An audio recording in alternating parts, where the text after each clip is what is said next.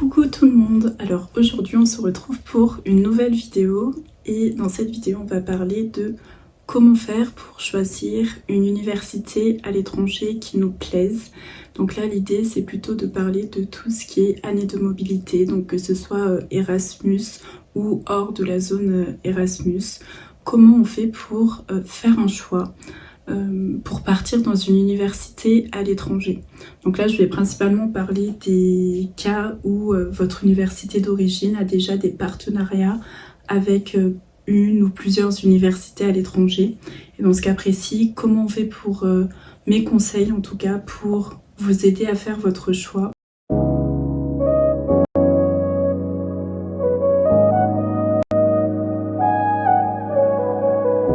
Justement, je sais que choisir son université pour une année de mobilité, ça peut être quelque chose d'assez stressant parce que souvent c'est le premier voyage où l'on part vraiment loin, où on part vivre à l'étranger pour la première fois et donc on se sent un peu perdu. C'est parfois difficile de savoir vers où s'orienter, à qui poser des questions, sur quel fondement faire ses choix.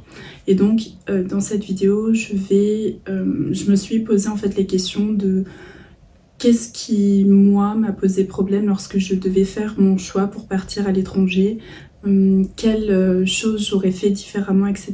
Cette vidéo, ce sera aussi pour les personnes qui font des études assez généralistes, pluridisciplinaires, puisque donc j'ai étudié à Sciences Po Lyon et justement c'est assez pluridisciplinaire. Du coup les propositions des partenariats d'universités à l'étranger proposent aussi des formations qui sont assez pluridisciplinaires et donc j'avais une grande variété de choix de manière générale sur ce que je voulais étudier. Donc cette vidéo peut-être qu'elle peut être moins utile aux personnes qui étudient dans un domaine spécifique, mais en tout cas j'espère qu'elle aidera toutes les personnes qui la regarderont.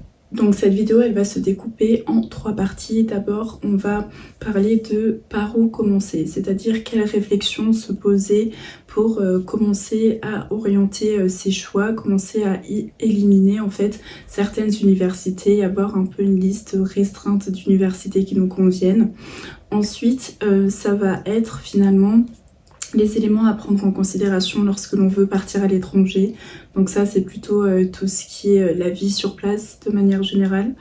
Et enfin les ressources que l'on peut mobiliser pour nous aider dans notre décision. Donc première partie, par où commencer. Donc pour cette partie, donc, je pense qu'on peut débuter notre réflexion par 2 options. Donc la première ce serait de se dire eh bien je suis intéressée par tel domaine, donc par exemple le droit et telle université à l'étranger est spécialisée dans le droit ou dans une branche particulière du droit que j'aimerais approfondir. Donc je vais plutôt fonder finalement mon choix sur la proposition de formation. Ensuite, une seconde option, ça peut être plutôt de se fonder sur l'espace géographique, donc par exemple le pays en lui-même parce que vous avez toujours rêvé d'y aller, le cadre parce que c'est très vert, il y a beaucoup de nature, etc. Donc si vous partez du point de vue de je pars à l'étranger parce qu'il y a telle formation que j'aimerais approfondir. Et bien en fait l'avantage c'est que ça va être assez facile en fait d'éliminer des options d'université parce que toutes les universités ne vont pas avoir les mêmes propositions de formation et certaines vont vous attirer plus que d'autres.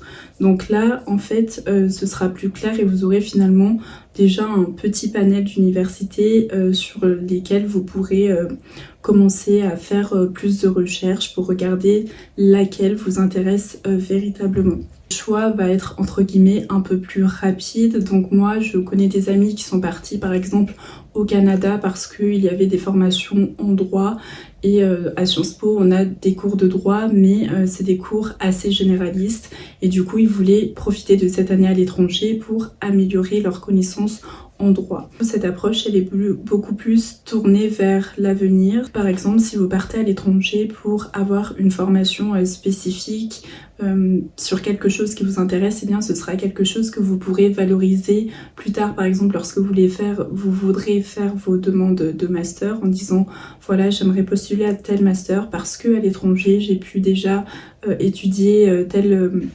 matière et ça m'a beaucoup intéressée. J'aimerais approfondir ça au niveau du master, mais vous pourrez aussi le mobiliser plus tard lorsque vous allez entrer dans la vie professionnelle, parce que c'est toujours voilà, une plus-value d'avoir aussi été formé à l'étranger. Si vous partez de vos appétences, c'est-à-dire de ce que vous aimez étudier et que vous aimeriez développer à l'étranger, eh bien vous pouvez vous poser les questions suivantes. Donc je les ai listées. Qu'est-ce que j'aime étudier? Où souhaiterais étudier et que je n'en ai pas encore eu l'opportunité?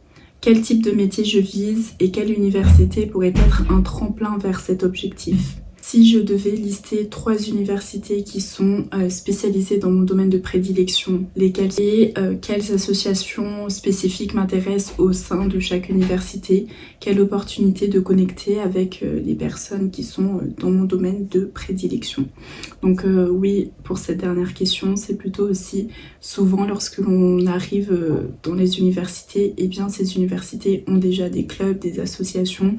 Et donc si c'est par exemple une université qui est spécialisée dans l'enseignement juridique, eh bien, il va y avoir plusieurs types d'associations juridiques et donc vous pouvez vous dire ah ça m'intéresse beaucoup, j'aimerais une fois sur place intégrer telle association, etc. Donc ça peut être un élément de motivation supplémentaire et qui toujours rentre dans votre champ d'appétence, dans ce que voilà, vous voulez étudier.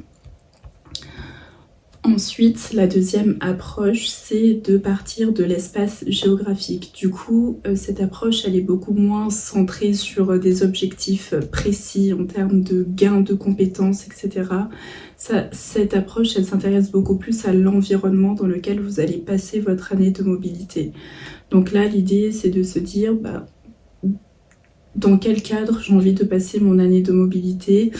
Ici, on va plus valoriser par exemple l'histoire du pays, la culture du pays dans lequel on aimerait aller, des éléments comme ça, alors que dans la première approche, c'est la motivation principale, c'est plutôt la formation qui est offerte par l'université d'accueil. L'avantage de procéder ainsi, c'est que ça nous laisse un panel de choix qui est beaucoup plus grand parce qu'on peut être intéressé par différentes aires géographiques.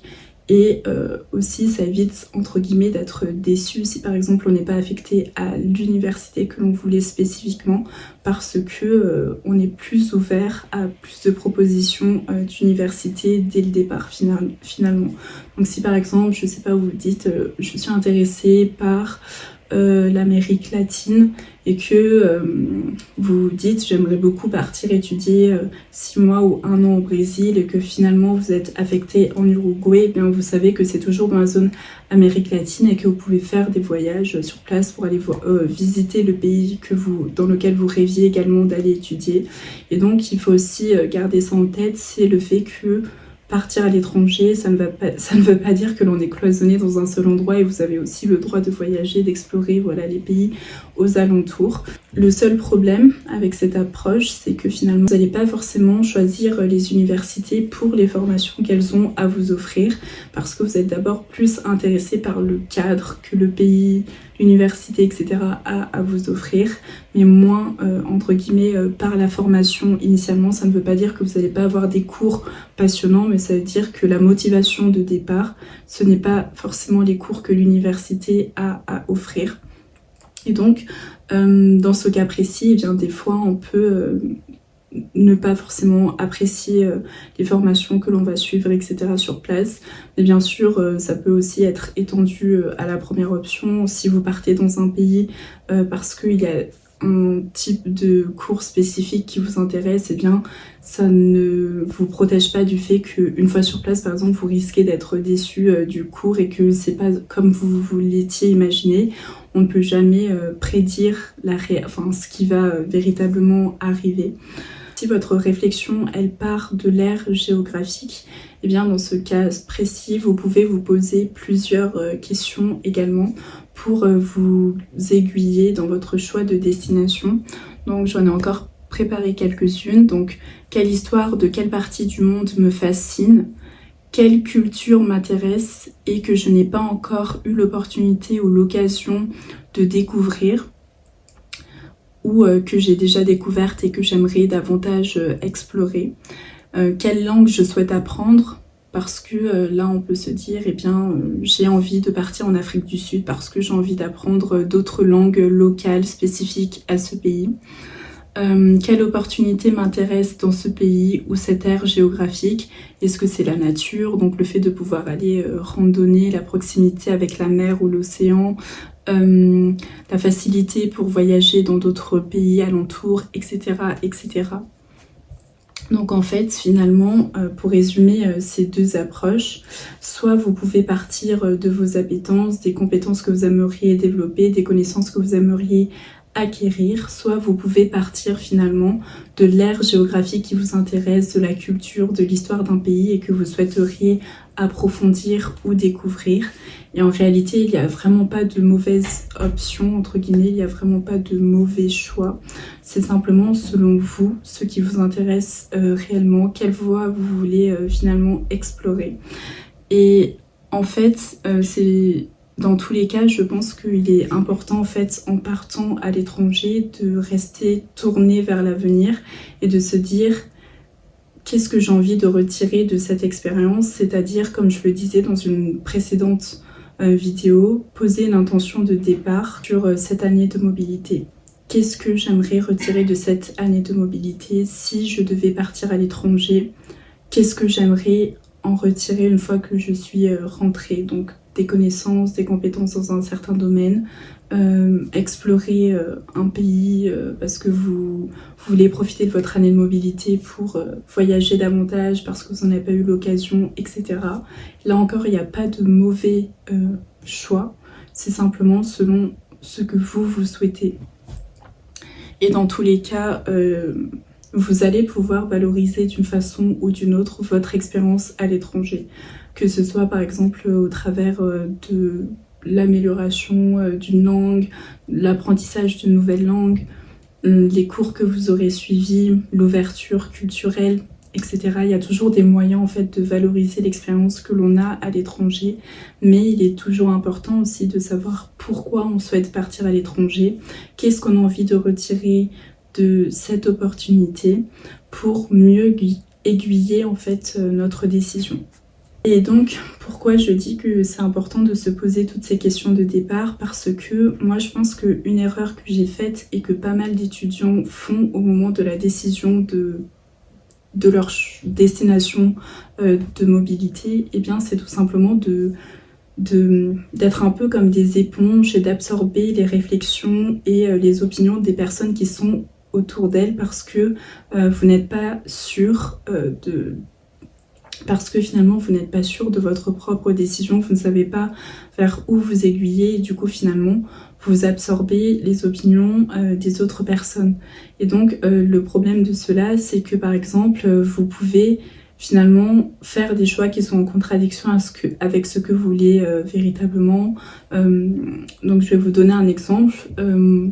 Moi par exemple, j'avais en tête de partir principalement en Afrique du Sud, donc c'était vraiment mon choix initial et finalement je me suis laissée influencer par mon environnement et finalement je me suis dit non, c'est mieux de mettre des universités qui sont plus prestigieuses entre guillemets. Il n'y a vraiment pas de mal à viser des universités qui sont très prestigieuses, loin de là, mais c'est simplement que c'était pas une décision qui venait de moi, mais qui avait plutôt été influencée par le classement que j'avais vu des universités, les bruits de couloir que j'avais entendus, etc. Et ce qui fait que finalement, mon projet que j'avais, le dossier de mobilité que j'avais monté pour ces destinations-là, eh bien, il était moins concret, il était moins finalement fondé puisque c'était pas véritablement mon choix initial. Donc finalement je me suis retrouvée en Afrique du Sud et j'en suis vraiment ravie parce que c'était mon choix de départ. Et j'ai passé une année de mobilité merveilleuse. Mais simplement, c'est important, vous, dès le départ, de vous écouter et de savoir ce que vous voulez retirer de cette année de mobilité. Ça ne veut pas dire, voilà, ne pas du tout discuter avec les autres, etc. Pas du tout, mais c'est simplement d'abord réfléchir à ce que vous voulez, consolider vos réflexions internes, commencer à construire votre projet et ensuite, lorsque vous commencer à être stable, eh bien discuter avec d'autres personnes pour savoir, etc. Mais ne pas être influençable par les dires de tout le monde. Et surtout aussi garder en tête que des fois, donc monter un dossier, ça peut être très stressant parce que il faut être sélectionné. Des fois, il peut y avoir de la concurrence pour certaines destinations, le nombre de places est limité, etc. Mais en tout cas, dites-vous aussi que donc, certes, en tant qu'étudiant, on a vraiment de la chance de pouvoir partir à l'étranger, que cette opportunité s'offre à nous. Mais dites-vous aussi que les universités d'accueil dans lesquelles vous allez ont aussi de la chance de vous accueillir parce que vous contribuez en fait à les faire rayonner internationalement. C'est véritablement un échange. Donc vous allez bénéficier de ce que l'université a à vous apporter, les formations, le cadre, etc. Mais l'université aussi va bénéficier de votre venue là-bas. Donc dites-vous vraiment que c'est un échange, c'est donnant-donnant. Et voilà, parce qu'on peut souvent avoir tendance à se dire, voilà, c'est une relation déséquilibrée, pourquoi est-ce que je serais admise dans telle université à l'étranger, etc. Mais gardez en tête que s'il y a des programmes d'échange et que si les universités continuent à accueillir des étudiants chaque année, c'est parce qu'il y a une raison derrière et c'est parce que ça les aide à rayonner à l'échelle internationale, ça les aide à attirer des étudiants, etc., etc. Ensuite, pour passer à la deuxième partie, donc les éléments à considérer pour choisir votre université à l'étranger. Donc tout d'abord, on peut penser à tout ce qui est coût de la vie. Donc il y a des destinations qui sont beaucoup plus onéreuses que d'autres. Il y a certaines destinations où c'est cher de s'y rendre, mais une fois sur place, le coût de la vie, ça va. Il y a certaines destinations où s'y rendre, c'est pas si cher, mais une fois sur place, le coût de la vie est assez élevé. Donc il y a des destinations où pour s'y rendre, ça coûte cher, et le coût de la vie est également cher. Et inversement. Donc finalement, il faut faire le calcul selon vos moyens et voilà, donc c'est véritablement le seul élément sur lequel on n'a pas vraiment de levier parce que voilà, si on a des difficultés financières, on a des difficultés financières, mais en tout cas, informez-vous sur tous les programmes d'aide que vous pouvez avoir. Donc il y a l'aide de la région pour partir à l'étranger. Les régions aident souvent les étudiants dans ce cadre-là. Il y a l'aide la bourse Erasmus+, si vous partez dans un pays de l'Union européenne. Il y a quoi d'autre ? Vous pouvez demander aussi à votre université si vous êtes en difficulté financière. Il peut aussi y avoir d'autres programmes de bourse qui sont moins connus dans les pays d'accueil, etc. Du coup, essayez de vous renseigner pour voir comment est-ce que vous pouvez vous aider dans le financement de votre année de mobilité. Voilà, mais le coût de la vie, c'est effectivement un élément à prendre en considération et c'est l'élément sur lequel on a le moins de levier parce que en tant qu'étudiant, c'est pas toujours facile d'avoir les moyens économiques pour faire ce que l'on veut. Ensuite, il y a aussi la langue. Donc, j'ai des amis qui sont partis, par exemple en Suisse, des amis qui sont partis à Québec, des amis qui sont partis à Bruxelles, etc. Et donc, si vous partez dans ce genre de destination, il faut aussi garder en tête que vous allez moins travailler vos langues étrangères. Donc ça, c'est encore l'intention de départ que vous allez poser. Est-ce que vous avez envie d'apprendre une nouvelle langue en partant à l'étranger? C'est un élément important à considérer. Un autre élément important à considérer avec les langues, c'est que certaines universités demandent un certain niveau en langue pour pouvoir aller étudier là-bas. Donc moi, par exemple, pour aller étudier en Afrique du Sud, mon université me demandait d'avoir un niveau, donc j'ai passé le TOEFL IBT et il fallait avoir au moins 100 sur 120 au TOEFL, donc le score devait être supérieur ou égal à 100 sur 120. Donc ça correspond à peu près à un niveau B2-C1. Donc certaines universités sont très exigeantes, mais il y en a d'autres où c'est beaucoup plus accessible. Il y avait une université aux États-Unis où ils demandaient simplement 80 sur 120 au TOEFL. Donc à voir également. Voilà, et il faut aussi garder en tête que ces examens de TOEFL sont payants et coûtent plusieurs centaines d'euros. Donc c'est aussi des éléments à considérer. Et un troisième élément à considérer sur le pays dans lequel vous allez, c'est donc est-ce que je veux travailler aucune langue? Est-ce que j'ai envie d'apprendre aucune langue étrangère? Est-ce que je veux améliorer une langue étrangère? Donc par exemple l'anglais, l'espagnol, l'italien. Ou est-ce que j'ai envie d'apprendre plusieurs langues? Donc il y a certains pays qui peuvent vraiment être bien pour pouvoir apprendre à parler plusieurs langues. Donc par exemple, si vous allez faire une année de mobilité à Berlin, eh bien c'est une ville qui est très internationale, ce qui fait que vous allez pouvoir pratiquer l'allemand, mais aussi l'anglais. Donc ça va être un cadre où vous allez pouvoir pratiquer les deux langues. Et c'est pas négligeable de pouvoir pratiquer deux langues en une année, de pouvoir progresser voilà, dans une langue.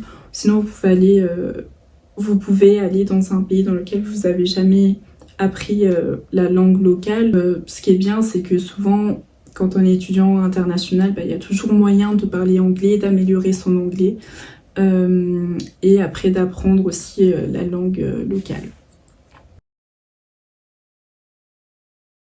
Enfin, pour finir cette vidéo, donc la troisième partie sur les ressources à mobiliser. Donc d'abord, je vous dirais que faites bien cette phase de réflexion personnelle. Posez vos intentions. Qu'est-ce que vous voulez retirer de cette année de mobilité? Apprendre une nouvelle langue. Quelle formation vous intéresse? Quel cadre vous intéresse pour votre année à l'étranger? Quelles contraintes vous avez financièrement, etc.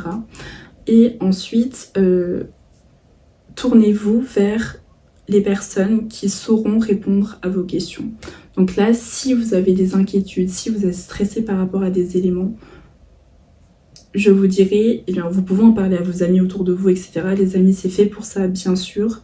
Mais en fait, il y a des personnes qui soit sont déjà parties dans l'université que vous visez, soit qui ont déjà une année d'expérience ou plusieurs mois d'Erasmus dans leur bagage et qui sauront vous aiguiller plus précisément et finalement atténuer et apaiser certaines peurs. Donc, utilisez et exploitez à fond LinkedIn, c'est tout ce que je peux vous conseiller parce que tout le monde a LinkedIn et souvent les personnes qui ont été dans votre université vont l'inscrire sur leur profil, ils vont aussi inscrire l'université dans laquelle ils ont étudié à l'étranger et donc vous pouvez par exemple taper l'université qui vous intéresse, plus votre université d'origine sur la barre de recherche LinkedIn et vous allez avoir le nom de plusieurs personnes qui ont fréquenté ces universités-là et qui font partie de votre université à vous. Donc vous pouvez les ajouter et leur poser directement des questions. Posez-leur des questions. Comment c'est la vie sur place? Donc moi, si je n'avais pas posé la question, j'aurais jamais su qu'en Afrique du Sud, il faut privilégier le Uber pour se déplacer et pas plutôt marcher dans la rue, que le coût de la vie est beaucoup moins cher que d'autres pays en Afrique australe, etc. etc. Ces personnes-là savent la réalité du pays, savent les contraintes que l'on ne connaît pas forcément et donc ça peut vraiment être super utile. J'ai encore des étudiantes qui m'envoient des messages pour les aider pour leur démarche administrative parce que faire la demande, ça peut parfois être compliqué. Il y a certaines contraintes avec certaines destinations qui ne sont pas toujours faciles à comprendre administrativement, etc. Et donc, je réponds également à leurs questions sur, par exemple, la sécurité sur place, etc., etc. Parce que j'ai cette expérience-là et que je peux la partager. Et c'est une expérience que vos amis de promo n'ont pas forcément parce que soit ces personnes-là ne sont pas intéressées par les mêmes destinations, soit parce que tout simplement personne n'est encore parti à l'étranger pour y étudier et donc ces personnes ne peuvent pas répondre précisément à vos questions. Donc orientez-vous directement vers les personnes qui peuvent vous aider. Donc je vous ai conseillé LinkedIn, mais vous pouvez bien sûr passer par vos professeurs et leur demander le professeur qui est responsable de telle aire géographique, leur poser directement des questions. Vous pouvez demander à ces professeurs de vous mettre en contact avec des anciens étudiants qui sont partis là-bas. Des fois, les universités dans lesquels vous étudiez accueillent des étudiants internationaux qui peut-être viennent des destinations qui vous intéressent, posez-leur des questions. L'idée, c'est vraiment d'aller chercher l'information entre guillemets à la source auprès des personnes qui ont déjà ces informations-là, parce que c'est des informations qui sont concrètes, c'est des informations qui sont fiables, c'est des personnes qui ont l'expérience de la vie sur place et qui peuvent vraiment vous conseiller sur des éléments parfois insoupçonnés. Donc vraiment posez-leur des questions et n'hésitez pas aussi à vous appuyer sur eux pour leur candidature. S'il y a une destination qui vous intéresse et que vous savez par exemple que c'est très sélectif, eh bien vous pouvez leur dire comment tu as fait pour rédiger ta lettre de motivation. Est-ce que je peux t'envoyer mon CV pour que tu le relises? Est-ce que mon anglais ici il est bien, etc. etc. Donc n'hésitez vraiment pas à vous appuyer sur les personnes parce que souvent les personnes sont très heureuses de vous partager leur expérience, de vous partager en fait les choses qu'elles ont vécues, de vous conseiller aussi, et parce que en fait elles savent ce que vous traversez parce qu'elles sont passées par là, et donc elles vous soutiennent aussi, et finalement ça vous apaise dans le processus parce que c'est pas facile de pouvoir s'orienter dans ces moments-là, et partagez-leur aussi vos doutes. J'hésite entre telle université et telle université, comment tu as fait pour prendre ta décision? Posez-leur des questions. Le seul risque que vous prenez en faisant cela, c'est que la personne ne vous réponde pas ou arrête de vous répondre, mais dans ce cas-là, vous restez simplement au point de départ où vous étiez. Enfin, ce n'est pas la fin du monde. Et vous pouvez demander à une autre personne. Il y aura toujours une personne pour répondre à vos questions. Donc n'hésitez vraiment pas à aller directement vers les autres. Et ensuite, bien sûr, parlez à vos amis. Donc plutôt, je disais, voilà, ne soyez pas une éponge, etc. N'absorbez pas toutes les opinions des autres. Mais une fois que vous savez à peu près quelles universités vous intéressent, ce que vous voulez retirer de votre année de mobilité, eh bien n'hésitez pas à demander à vos amis, par exemple, je veux partir dans telle destination, mais il faut que je passe un test de langue. Comment tu révises pour le test de langue? Enfin, posez-leur des questions sur, je sais pas, la manière dont elles rédigent leurs lettres de motivation, comment elles font leurs démarches administratives, etc. Enfin, posez-leur des questions, et vous pouvez aussi leur partager vos doutes. Comme ces personnes traversent les mêmes choses que vous en ce moment-là, eh bien ça leur fera du bien aussi de pouvoir en parler. L'idée, c'est simplement voilà, de rester ouvert aux autres et de pouvoir discuter librement. Mais c'est aussi important de se consolider intérieurement dans ses choix pour ne pas finalement tanguer dans tous les sens. Donc n'hésitez pas à vous entourer de vos amis, à leur poser des questions, etc. Et de vos professeurs également. Donc voilà, c'était le dernier point que je voulais partager avec vous sur les éléments à prendre en considération lorsque vous voulez partir dans une université à l'étranger pour étudier dans le cadre d'Erasmus ou en tout cas dans le cadre d'un partenariat entre votre université et une université à l'étranger. Mais ce qu'il faut retenir en tout cas de cette vidéo, c'est que posez des intentions sur ce que vous voulez retirer de votre année de mobilité. 2, prenez en considération vos contraintes personnelles, budgétaires, etc. Et enfin, 3, mobilisez toutes les ressources qui sont à votre disposition et allez vers les personnes que vous ne connaissez pas pour les interroger et avoir des informations directes qui vous intéressent. Mais enfin, pour vraiment clore cette vidéo, je dirais aussi que il ne faut pas stresser pour l'année de mobilité parce que dans tous les cas, c'est une très très belle expérience. Partir à l'étranger, c'est vraiment une très très belle expérience, et peu importe l'université ou l'aire géographique dans laquelle vous allez être affecté, vous allez apprendre quelque chose, vous allez en retirer quelque chose, vous allez pouvoir le valoriser d'une façon ou d'une autre. À titre personnel, vous allez grandir, vous ouvrir culturellement, vous allez à titre professionnel développer des compétences, etc., etc. Donc dans tous les cas, peu importe où vous partez, eh bien vous allez toujours en retirer quelque chose. Donc c'est facile à dire de ne pas stresser, mais finalement l'idée c'est de ne pas tomber dans une espèce de bulle anxiogène où l'on pense à l'avenir, au dossier de mobilité, à toutes les destinations et qu'on a le tournis. L'idée c'est vraiment juste de séquencer encore une fois les tâches à faire, entre guillemets, et de dire par où on commence. Étape numéro 1, qu'est-ce que je veux en retirer? Étape numéro 2, quelles sont mes contraintes? Étape numéro 3, à qui je peux demander des conseils? Étape numéro 4, je monte mon dossier. Étape numéro 5, je passe mes tests de langue, etc. etc. Donc vraiment, suivez toutes ces étapes-là.